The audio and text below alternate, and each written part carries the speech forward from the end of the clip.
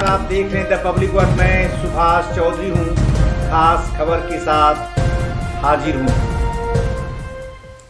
संसद के central hall में आज लोक लेखा समिति के 2 दिवसीय शताब्दी वर्ष समारोह के समापन सत्र का अवसर था और वहां मुख्य अतिथि के रूप में लोकसभा अध्यक्ष ओम बिरला मौजूद थे, जबकि उनके साथ विशेष अतिथि के रूप में राज्यसभा के उपसभापति डॉक्टर हरिवंश और पब्लिक अकाउंट्स कमेटी के अध्यक्ष एवं विपक्ष के नेता अधीर रंजन चौधरी भी वहां मौजूद थे।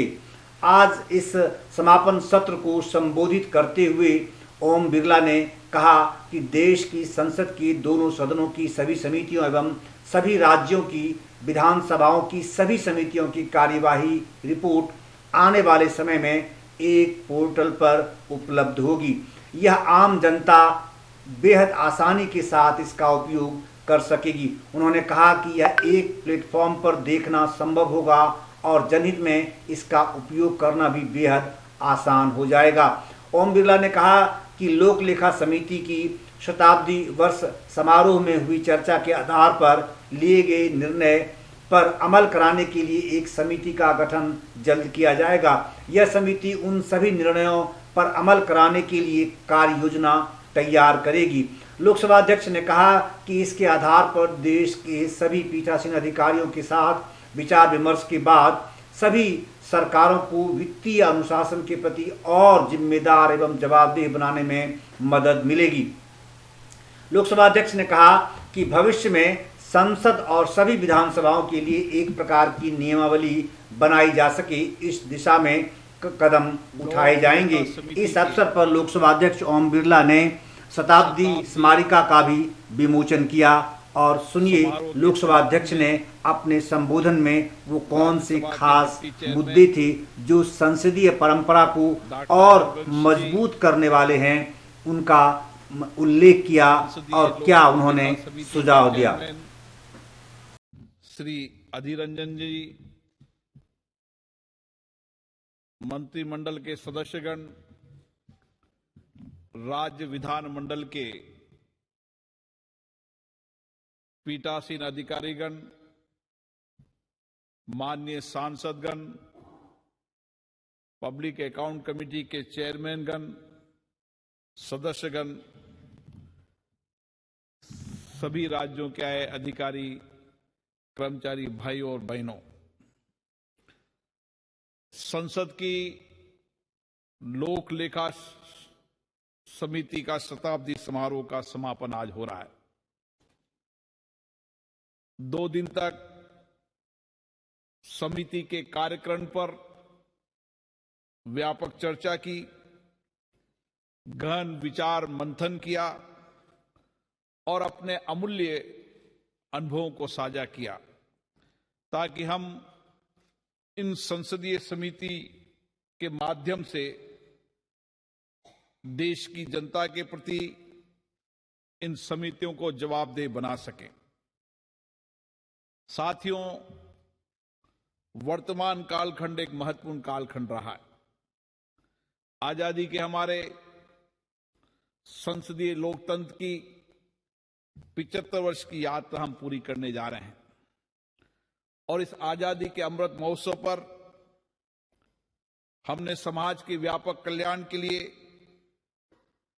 इन लोकतांत्रिक संस्थाओं को जवाबदेही बनाया है।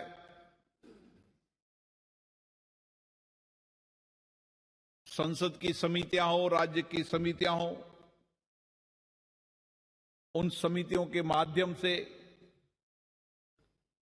जनता में पारदर्शिता आए, जनता का कल्याण हो सके, सामाजिक आर्थिक बदलाव ला सके, इसके लिए इस यात्रा में हमने बहुत काम किया है।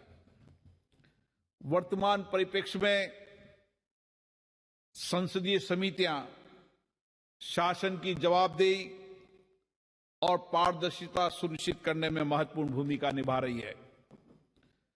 इस 2 दिवसीय अधिवेशन में 4 सत्रों में व्यापक चर्चा हुई है, संवाद हुआ है और भविष्य में इन समितियों पर आने वाली चुनौतियों पर व्यापक कार्य योजना बनाने के निर्णय और फैसले भी हुए।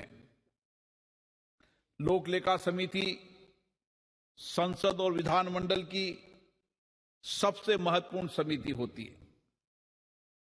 ये समिति केवल इस देश में नहीं, विश्व के अधिकतम लोकतांत्रिक देशों के अंदर लोक लेखा समिति वहां की संसदीय प्रणाली के अंदर सबसे महत्वपूर्ण समिति होती है। ये समिति जहां देश और राज्य के वित्तीय संसाधनों का समुचित उपयोग हो, वित्त शासन में पारदर्शिता रहे, जनता के धन का सदुपयोग हो और उसका नियोजन ठीक हो, इसको देखने की जिम्मेदारी भी समिति की है। समिति इस बात को भी देखती है कि जो जनता का धन है, जो समाज कल्याण की योजनाओं में लगाया गया है, उन योजनाओं के माध्यम से समाज के आर्थिक और सामाजिक जीवन में क्या परिवर्तन हुआ, ये काम भी इन समितियों के माध्यम से देखा जाता है। आज के वर्तमान परिप्रेक्ष्य में जब राज्यों का और देश का बजट 75 वर्ष की यात्रा में बहुत बड़ा है, तो इन संसदीय समितियों की जिम्मेदारी भी बड़ी है, प्रासंगिकता की बड़ी है, इनका काम भी बड़ा है और इसीलिए इन समिति के कार्यों का ठीक से एग्जीक्यूशन हो, जो योजनाएं के लिए धन आवंटित किया गया है, उस आवंटित धन का हम ठीक से निगरानी कर सकें ताकि विकास में गया हुआ धन का ठीक से उपयोग हो सके। ये समिति की जिम्मेदारी है। साथियों, इस 75 वर्ष की यात्रा में देश में व्यापक बदलाव हुआ है। राज्य और देश ने समाज के अंतिम व्यक्ति के कल्याण के लिए सामाजिक कल्याण की योजनाओं के माध्यम से व्यापक सामाजिक आर्थिक परिवर्तन करने के लिए काम किया है। और आज यही कारण है कि जहां एक धन का हिस्सा विकास की योजनाओं में लगता है, उतना ही धन का विकास के साथ साथ लोगों के सामाजिक आर्थिक जीवन में परिवर्तन करने के लिए भी लाया जाता है। लेकिन इस समिति की और जिम्मेदारी इसलिए बढ़ जाती है कि हम समय समय पर किस योजनाओं के माध्यम से लोगों के सामाजिक आर्थिक जीवन में परिवर्तन आया, इसके लिए भी इस समिति को समय समय पर प्रत्यक्ष रूप से जो स्टेक होल्डर हैं, जो इन योजनाओं का लाभ ले रहे हैं, उनसे प्रत्यक्ष संपर्क बनाकर फील्ड में जाकर भी इन समितियों को व्यापक गहन विचार विमर्श और जांच करने की आवश्यकता है, ताकि हम उन योजनाओं के अंदर दिए गए धन का सही नियोजन हो और उसका अपव्यय न हो, इसका काम भी देखने का इस समितियों का है। साथियों, देश के अंदर हो चाहे राज्य विधानमंडलों के अंदर हो, जब से संसदीय समितियां बनी हैं, मैं कह सकता हूं ये मिनी संसद के रूप में काम करी। इन संसदीय समितियों में चर्चा जो विमर्श होता है, मंथन होता है, वो राजनीति से ऊपर उठकर होता है। सभी दल के लोग रहते हैं और सभी दलों के लोगों का यह प्रयास होता है कि इन संसदीय समितियों के माध्यम से हम किस तरीके से हमारा राष्ट्र के प्रति जो दायित्व निभा सकते हैं, किस तरीके से समाज के अंदर व्यापक परिवर्तन कर सकते हैं, इसके लिए संसदीय समितियां व्यापक रूप से काम कर रही है। इन संसदीय समितियों की जो सिफारिशें होती है, उन सिफारिशों को भी सरकार मानती है, क्योंकि संसदीय समितियां डायरेक्ट सीधा संपर्क करती है। चाहे विधेयक बनाने में हो, विधेयक बनाने के लिए जब कानून बनता है उसके लिए भी कानून के पढ़ने वाले प्रभाव के पढ़ने वाले लोगों से चर्चा करती है, संवाद करती है, ताकि कानून सही बने। इसके लिए भी संसद हो या राज्य की स्टैंडिंग कमेटियों का बहुत बड़ा रोल आज की लोकतांत्रिक व्यवस्था के अंदर है। मेरा आग्रह है कि इस 2 दिन के मंथन में पब्लिक अकाउंट कमेटी ने जो चर्चा की उसके लिए एक समिति बने,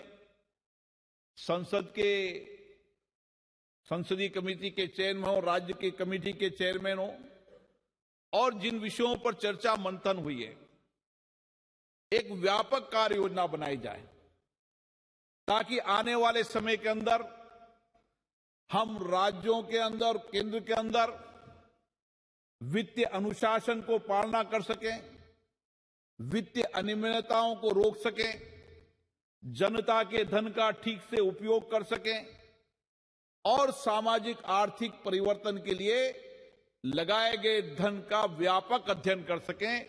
इसके लिए एक समिति को व्यापक कार्य योजना बनानी चाहिए। और ये समिति जो व्यापक कार्य योजना बनाएगी, हम पीठासीन अधिकारी उस पर चर्चा करेंगे, राज्य की, केंद्र की सरकारों से चर्चा करेंगे और एक ऐसी नियमावली तय करेंगे जिससे पूरे देश के अंदर एक नियमावली तय हो सके।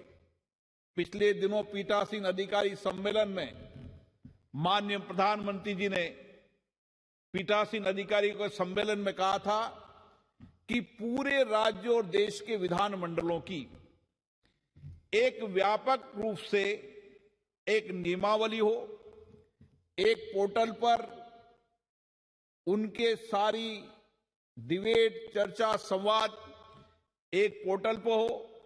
उससे आगे बढ़कर हमने संसदीय समिति की रिपोर्टें भी एक पोर्टल पर लाने का काम कर रहे हैं।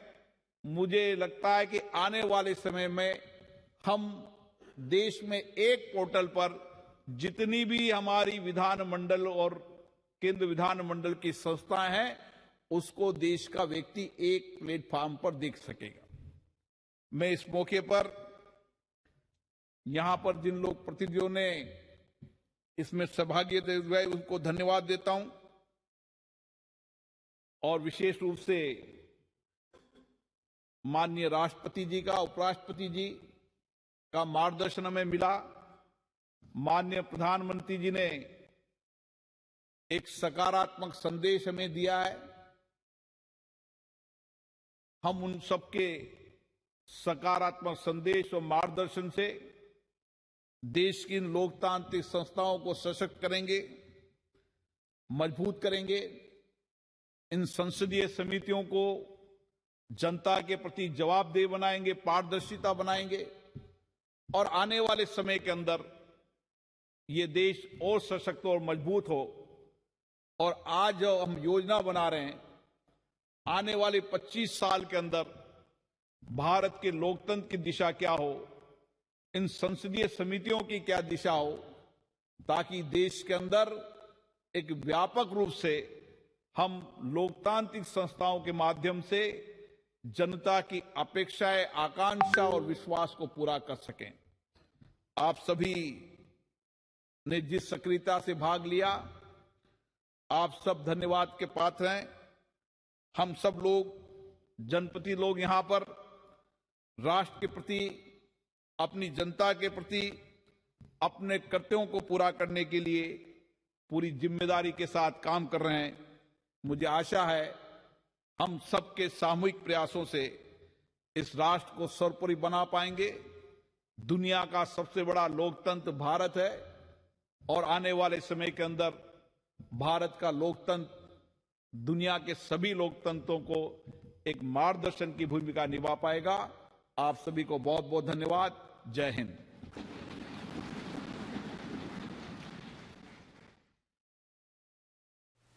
लोकसभा अध्यक्ष ओम बिरला ने अपने संबोधन में कहा कि विधानसभाओं एवं संसदीय व अन्य समितियों की रिपोर्ट भी एक पोर्टल पर उपलब्ध कराए जाने से पूरे देश में संसदीय परंपराओं को लेकर एक रूपता बनेगी, यानी एक प्रकार के नियम होंगे। उन्होंने कहा कि सभी संसदीय समिति की रिपोर्ट भी एक पोर्टल पर लाने के लिए काम शुरू हो गया है और जल्द ही देश के सामने लाया जाएगा।